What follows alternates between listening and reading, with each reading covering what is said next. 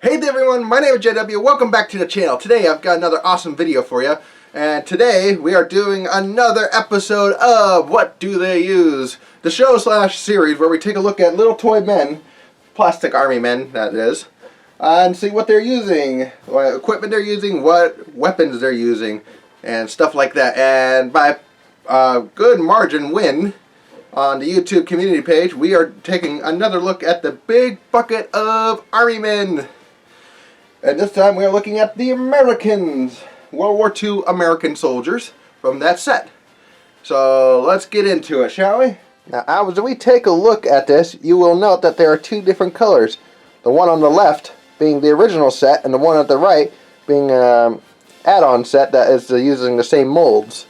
The reason why I do this is because on the original set, I lost two of them. But taking a deeper look, we can see that this is either based off probably the U.S. Army of World War II, as there's no real distinction to make them either Marine Corps or any other forces. Well, we're going to just go under the assumption that it's the Army. Well, of course, what I like to do is pretend that the ones on the left are the Army and the ones on the right are the Marines, so we can take it that way if we want. Now, like the last episode, we're only going to be covering a few of them, as, again, a lot of them are using the same weaponry as each other. So I'm going to pick and choose which ones would be the best to show you, and we'll cover the weapons and equipment that they are using. Alright, so starting off in the back here, we have the commanders of the units, which are using binoculars and stuff. And then we have the radio operators. And then further back here are the two that are not part of this set. We have a standing rifleman and a running rifleman. We also have two bazooka troopers, two machine gunners, two flame troopers, two grenadiers, and then a mixture of riflemen, submachine guns, and the prone position soldiers. So let's get started. Alright, starting off, we're going to start with the riflemen. So here we are, we have a rifleman here. This one is in the crouch position. And there are multiple other versions of this guy. We have the crouch position. We have the standing position.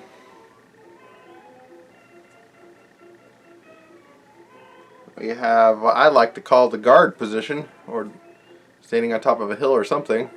And then we have the running position.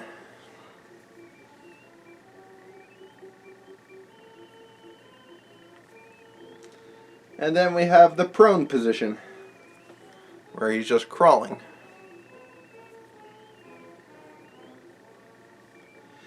But for this analysis, we're going to be taking a look at the crouch position. So starting off, we'll start from the head.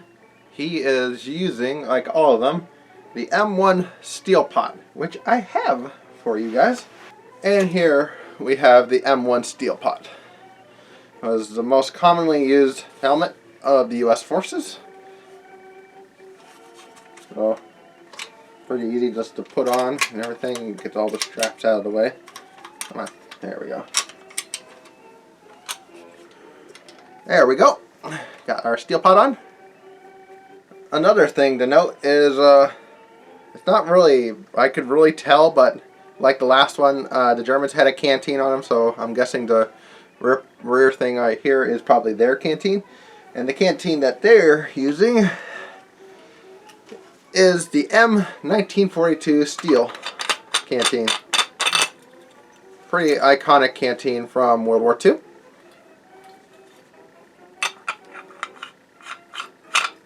Really nice, really sturdy.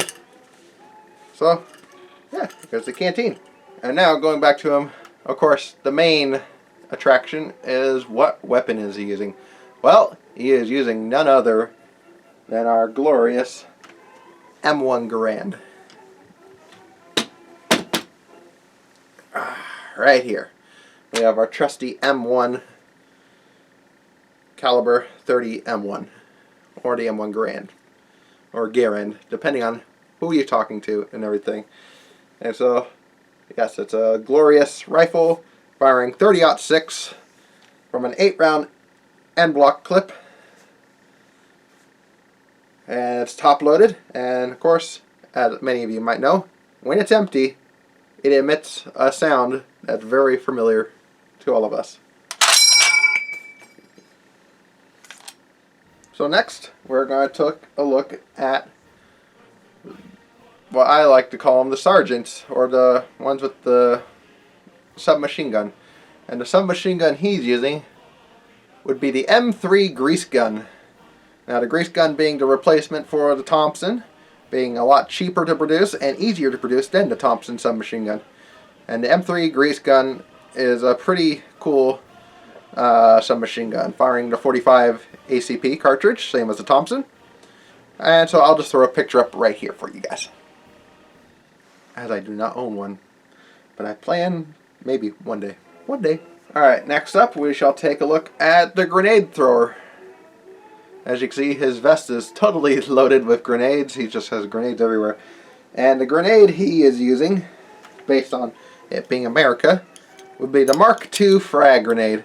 Now this one is an inert grenade, so don't be afraid, YouTube. This is not an actual explosive, it's just a hunk of metal now.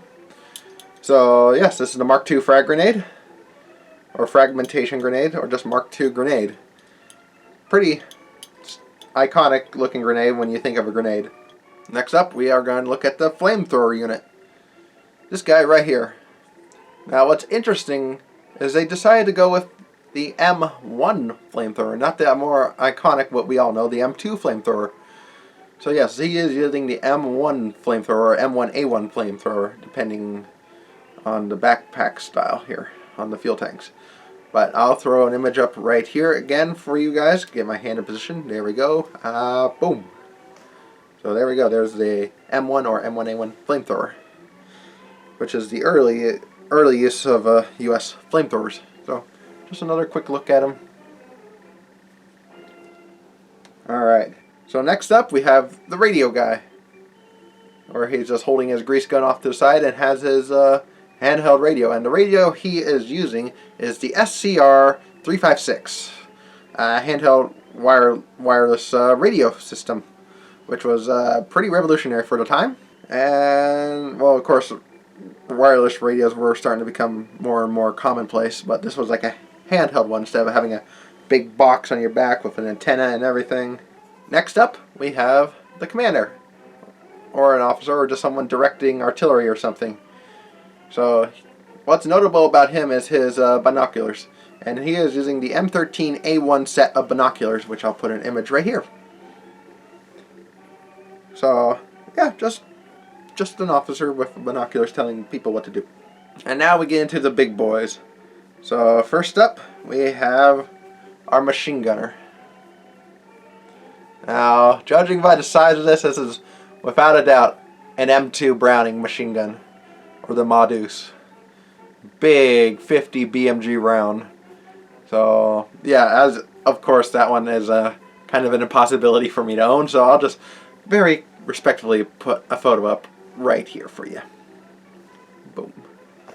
Yes, I wish I could own one of those, but that requires more licensing than I like to admit to trying to get. And so the last guy we're going to take a look at is our bazooka trooper. Now this is kind of hard to tell because, again, it's a plastic model and everything, but I am guessing it's either, more than likely by the looks of it, it's hard to tell, like I said, it's either an M1 or an M9 bazooka. I'll just throw both images up. But yeah, common bazooka used by U.S. forces, The M1 requiring, I think, like a 2-man team or something, and then the M9 is an improved version. Don't quote me on that. I am still learning in progress. I just want to share these cool, fun little facts with you guys, so that way you can take it upon yourself to research more about this stuff. But yes, we have the Bazooka Trooper using either the M1 or the M9 bazooka. So in conclusion, we have determined that they are using, for helmets, the M1 Steel Pod, also with the M1942 canteen.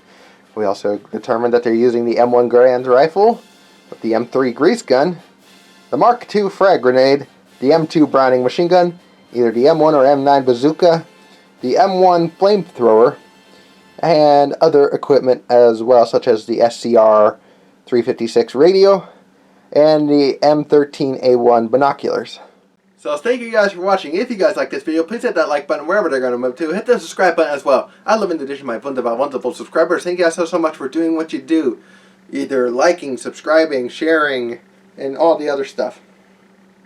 So if you want to follow me and keep up with me, there are 2 ways. You can just subscribe, of course, and also go down into the description and join our Discord server.